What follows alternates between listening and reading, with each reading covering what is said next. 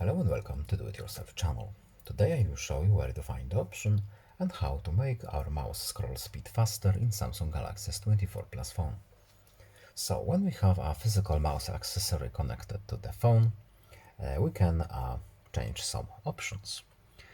So where to look for it? First we need to go to our phone's settings.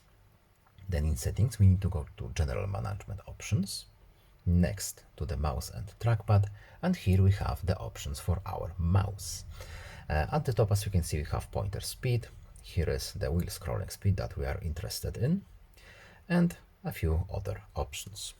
So we want to make our scrolling faster, so we can use this slider right here.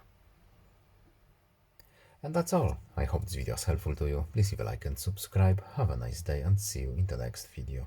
Goodbye.